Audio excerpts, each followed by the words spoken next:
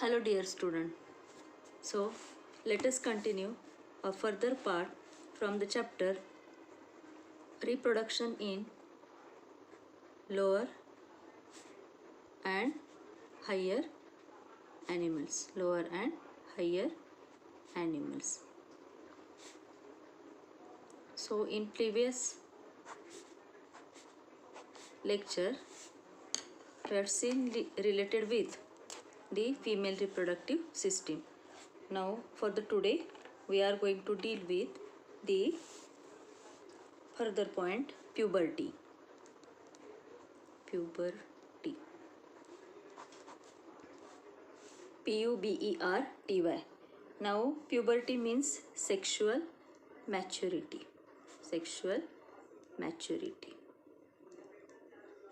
म्हणजे ज्या वयामध्ये लैंगिक परिपक्वता येते त्या वयाला सेक्शुअल मॅच्युरिटी किंवा प्युबर्टी असं म्हटलं जातं. मग we are going to deal this puberty in case of male and in case of a female. Comparatively बघूयात आपण in case of male and in case of female.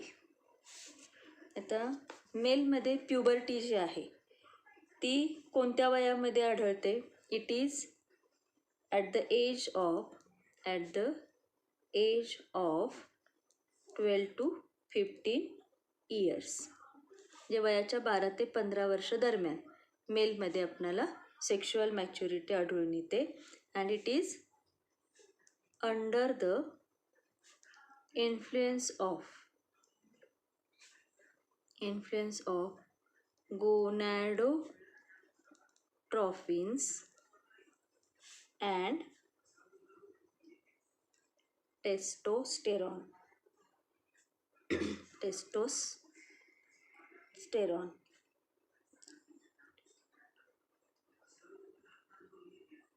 Okay, so these two hormones are responsible.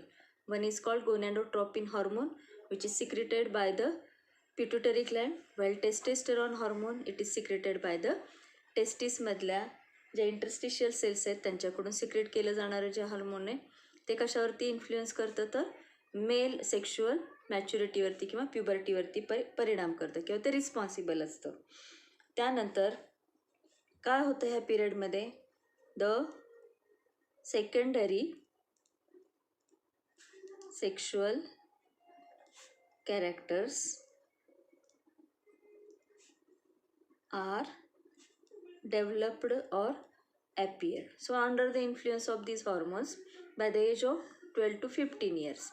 The secondary sexual characters म्हणजे काय तर आपण बघितलं होतं मागच्या लेक्चरमध्ये जेव्हा आपण सेक्शुअल डायमॉर्फिझम बघितलेलं होतं मेल आणि फिमेलमधलं, तर तेव्हा आपण काय बघितलेलं होतं किंवा कशाला म्हणतात तर the development of moustache, beard, दाढी-मिशा येणे, त्यानंतर छातीचा भाग रुंदावणे, त्याच्यानंतर व्हॉइस चेंज होणे, हे जे काही चेंजेस आहे they are called the secondary sexual characters असं त्यांना म्हटलं जातं. आता आपण बघूयात related with the sexual maturity in case of a female. आता ती कधी आढळते? It occurs by the age of 10 to 14 years. फिमेल्समध्ये ते एज किती असतं? 10 ते 14 वर्ष या दरम्यान ते आपल्याला आढळतं. Then it is under the influence of gonadotropins. Okay, so here the gonadotropin hormones play important role for the sexual maturity in case of a female. आता ह्याच्यामध्ये the reproductive system becomes fully म्हणजे functioning जे आहे ते functioning काय होतं त्याचं start होतं and it is under the control of gonadotropins. There is आता in case of a female the sexual maturity it is indicated by the menstrual cycle. मग मेलमध्ये at the age of 12 to 15 years puberty age किती आहे तर 12 ते 15 दरम्यान. आता this puberty it is under the influence of gonadotropins and testosterone hormone. ह्या दोन हॉर्मोनच्या इन्फ्लुएन्समुळे ह्या एजमध्ये काय येते तर सेक्शुअल मॅच्युरिटी येते in case of a male. पैकी gonadotropin हे जे हॉर्मोन आहे it is secreted by the जी पिट्युटरी ग्लँड आहे तिच्याकडून सिक्रेट केलं जातं, तर टेस्टोस्टेरॉन हे जे हॉर्मोन आहे it is secreted by the testis. आता ह्या दरम्यान काय होतात, the secondary sexual characters are developed in case of a male. Secondary sexual character मेलमध्ये काय डेव्हलप होतात, तर development of moustache, beard, change in voice etcetera. Now see in case of a female, the puberty in case of female it occurs in between the age 10 to 14 years. त्यानंतर it is under the influence of gonadotrophins hormone. आता female आणि मेलमध्ये reproductive किंवा sexual मॅच्युरिटीच्या दरम्यान बदल काय असतो ते बघा. तर फिमेलमध्ये the onset of menstrual cycle occurs during the puberty which is referred by the name as menarche असं त्याला म्हटलं जातं. म्हणजे वयाच्या 10 ते 14व्या वर्षादरम्यान there is onset of menstrual cycle which is called as the menarche. आणि ही जी मेन्स्ट्रुअल सायकल आहे ती फिमेलच्या 45 ते 50 वयादरम्यान काय केली जाते, कंटिन्यू होते आणि त्यानंतर ती काय होते, नॅचरली स्टॉप होते.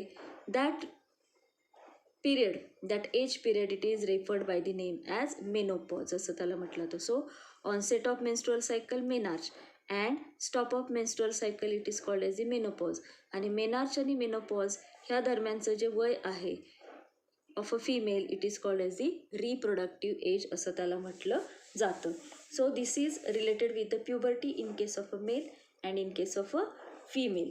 आता ह्याच्यामध्ये आपण बघणार आहे की रिलेटेड विथ द फिमेल ज्याला आपण म्हणतो की ह्या वयादरम्यान आपल्याला काय आढळतं, तर there is start of the menstrual cycle which is also called as the ovarian cycle. So that is our point number 2.3. the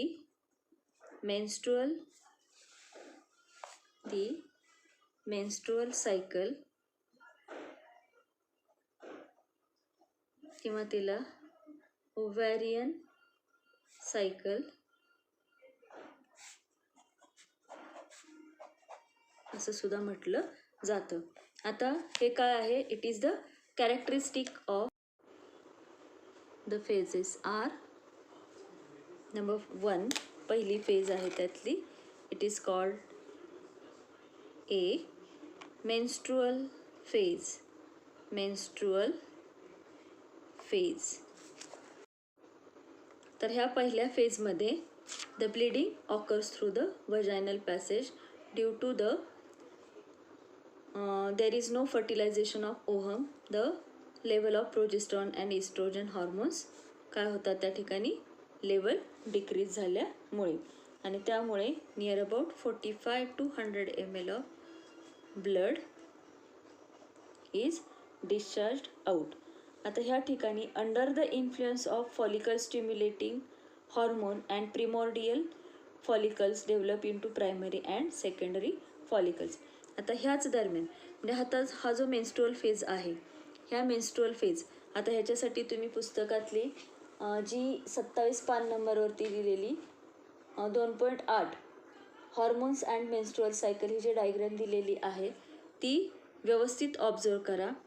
तर ह्या मेन्स्ट्रुअल सायकलच्या स्टार्टिंगच्या 1 ते 5 दिवसांदरम्यान काय होतं, तर ब्लिडिंग फेज आपल्याला ऑकर होते आणि ह्याच दरम्यान under the influence of follicle stimulating hormone आहे.